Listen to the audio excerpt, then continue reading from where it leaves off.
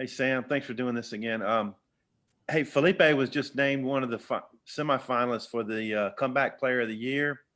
I know you've talked about him a lot, but your thoughts about him being on this list and what he's done this year and his status for the game. Well, he's healthy, and he's ready to play. And, yeah, I'm really proud of him. You know, I think there'll be an announcement in a day or two about something else that he was awarded, and I'm really, really proud of him and what he's done, and to come over here and believe in us and choose us and do what he's done as a captain. Just really great year for him, and awful great for our team, and for me, for my future, that I was able to meet a guy like him. Scotty. Hey, Coach, I think you mentioned last night that y'all got some live work for some of the younger guys last week. I'm wondering if any of them particularly caught the staff's eye. Yeah, I did. I like Buckner. I like the running back, Buckner. I liked Eric Thomas. Eric Thomas stood out. Keelan Burrow had a really good couple of days in the scrimmage. So those three guys definitely stood out, in those scrimmages. So that's good. And we had a good time. Jalen St. John, he looked good. And so, yeah, it was good. Full tackle for 20-minute running clock one day, and 8 inside runs and 30 reps more the next day for the young guys. Really good. Dudley. Coach, you mentioned last night that, just going to a bowl, and especially one in Texas, helps recruiting. Just talk about that a little bit and how that, can help push the program forward. Well, I think everybody wants to go to a bowl, and then everybody wants to win, when they get there. There's not a bad bowl, and there's especially not a bad bowl if you win it. And certainly any bowl at all was one of our goals starting the year. And then, of course, we wanted to feel like we had earned the right to go, which I've spoke on many times. But, just getting the bowl ring and getting the gear and getting a trophy and different things of that nature are something that our kids will remember forever. And our program, just to say we've gone to the Texas Bowl this year in our first year, I think that will be a big deal for us recruiting and moving forward.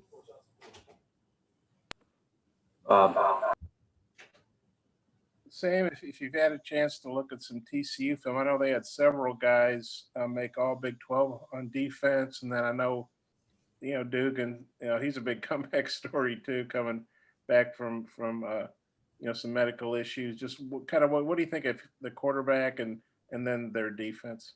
Well, Max Dugan is a winner. I mean, he's fast. He's not overly fast. He's got a good arm. He's a winner, and he kind of almost wills that team to win. And he can make you miss. He can run the ball. He can throw the ball. But I just like the way he plays the game, and very smart, takes care of it.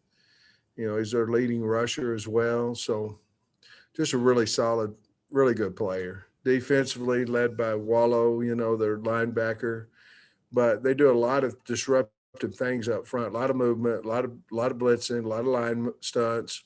Try to free up those linebackers. They're good on third down. They've got some good rushers out there, some really good speed out there. And then you talk about their punt return game. They've got 2 punt returners, 2 of them that are dynamic, and also on their kickoff return game. So they've got Gary Patterson written all over them. They play hard as heck, and they're physical, and they've been that way ever since he's been there. Otis. Yeah, Coach. Marcus Henderson, Blaine Toe, 2 kids have kind of moved around a little bit. What positions are they playing now, and where do you see them playing in the future? Well, let's start with Henderson first. I think he's a left tackle. That's where he's playing now. And then you look at Toll. I had a conversation with Toll last week about gaining weight, about some other things. Just visiting with him, and he asked if he could move back to defense and play defensive end. We obviously need a pass rusher over there. He's long and fast, and so I moved him back over to defense for the bowl game, and that's where he's going to stay. That's where his heart is. I tried to move him over to tight end because of the need there, but he obviously wasn't playing much, if any, over there at tight end. I think he can help us at defense. I think he can get big. We get him bigger, and kid can really run. So as soon as he gets bigger, I think he'll help us over there on the D line. Great. Yeah, Coach, sorry I was having trouble with the call, so you may have been asked this, but when do you guys plan to dive in fully on TCU? Do you start like working with younger guys or working on your self scouting and stuff, or when does the full dive in? Well, Trey, simply because we felt like we could get 8 full practices total with a walk on the day before the game. So we're going to get 9 opportunities. We've already used now, since we went today, 3, because we went twice last week. But what we did, Trey, we brought our staff in yesterday afternoon, and we started game planning. And I brought them in basically about the same time that we would, put the game on Saturday away if we would have had one. And then we game planned all the way up to 10:30 last night. And then we practiced this morning. And basically, Trey, it was TCU prep. It was a Monday, it was a regular Monday practice towards TCU. Tomorrow will be a Tuesday. Wednesday will be a Wednesday. And then Wednesday afternoon, Thursday, Friday, they'll come back Saturday for the test. And then starting on Sunday, then we'll go with another Tuesday practice, a Tuesday, Wednesday, or a Wednesday, Thursday combo, a Thursday practice, and then obviously the walkthrough. So we've kind of set all that up, but the young kids, we may throw a little scrimmage in there, Trey, possibly tomorrow, because we're full pads again tomorrow. So we may get a little 15, 20-minute period of a young guy scrimmage like we had before.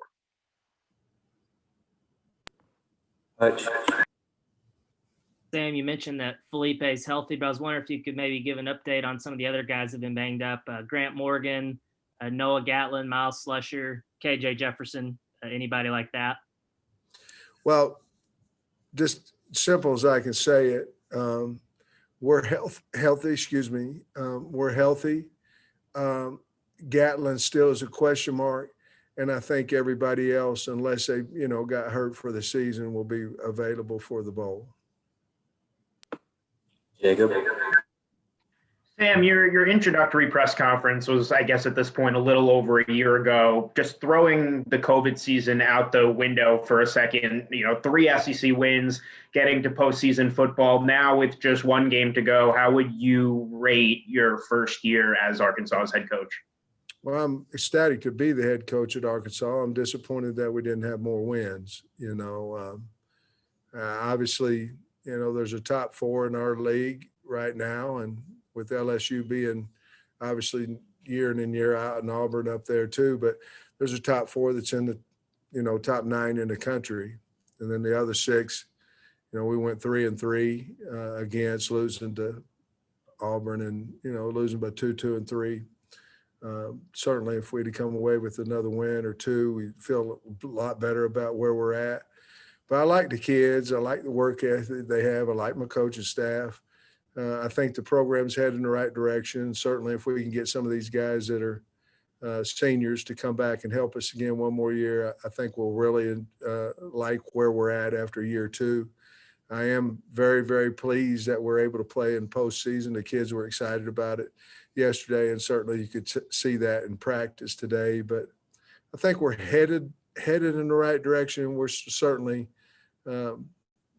if there's disappointment in the year, there is, because we just didn't get enough wins. But I am happy that our kids played at least 6+ games close, and that we were in position to win all 6 of those games, and certainly we'll learn how to finish that up one of these days, and hopefully it comes soon.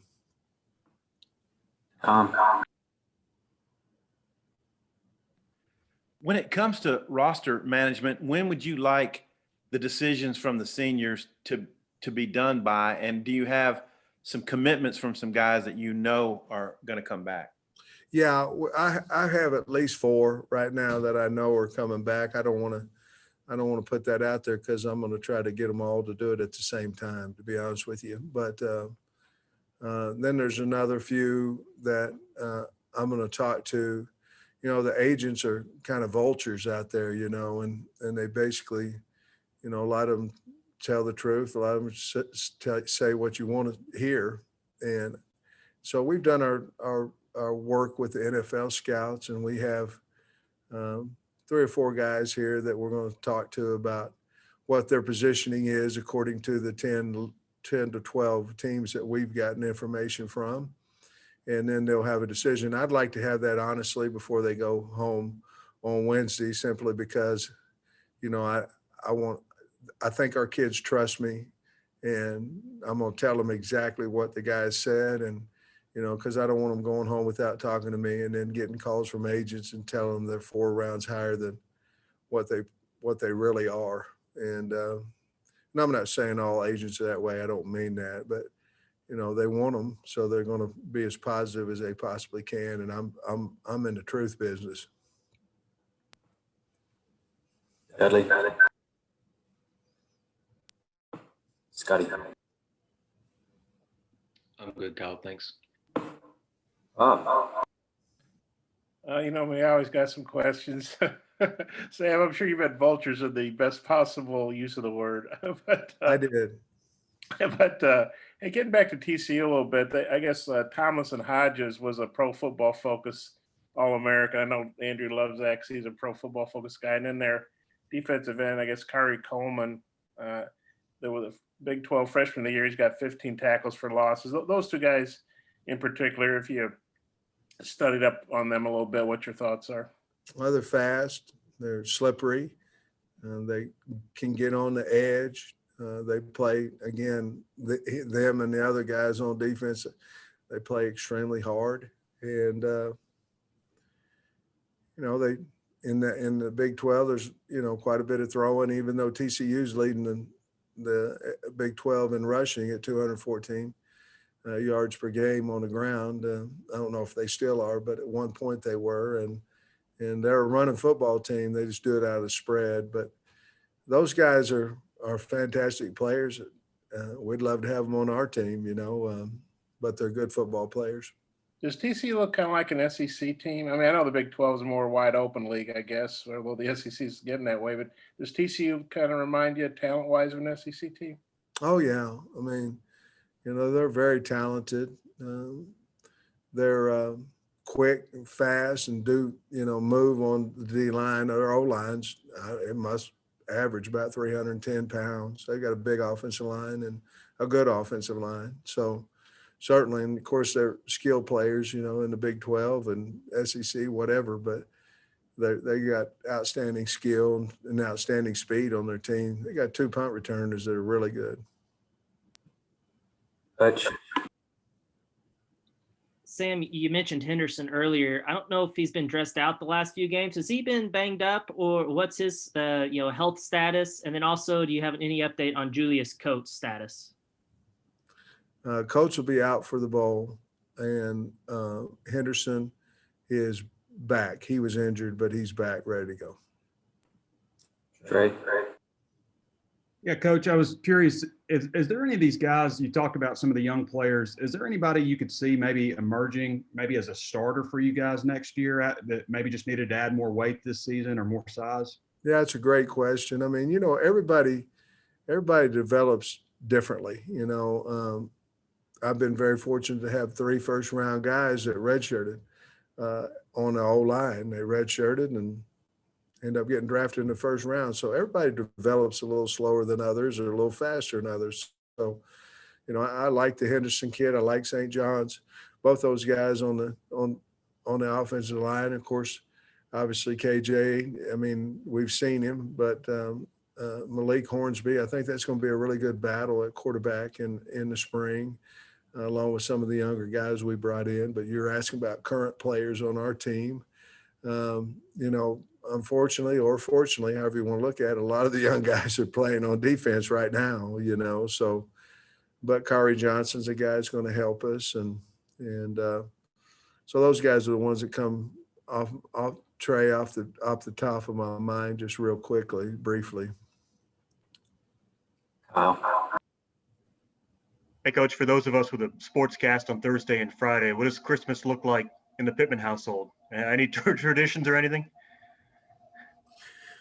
Well, we always go to my wife's, the Conrad's house up in Pittsburgh, and that's depending on the bowl schedules, but we always go up there, and we always go for a ride and look at Christmas lights before old Santa comes rolling around. And Santa hadn't been as good to me lately. I don't know what's going on. I've used about a one gift guy. I was up to 5 or 6 there for a while, but I don't know. I've got to do better. And but I enjoy going and watching the Christmas, looking at the Christmas lights and all that. Used to when I was a kid, all us kids had to do one song for mom and dad, but that's kind of over with now. And then my family on my side, we're kind of nervous about the COVID, and so we're not gonna be able to get together quite this year yet. But Jamie and I, after the bowl, we might go down to the lake for a few days and relax, but that's about it. Last one, Tom. It's been a strange season, and this bowl is no different. I guess y'all go in a couple of days early.